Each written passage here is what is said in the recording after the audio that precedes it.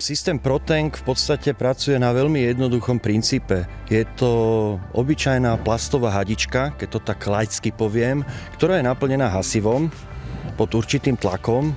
V momente, kedy vznikne v motorovom priestore alebo v hociakom inom priestore vyššia teplota, táto hadička zmekne, praskne a zaleje motorový priestor vlastne hasiacou látkou a tým uhasíme požiar.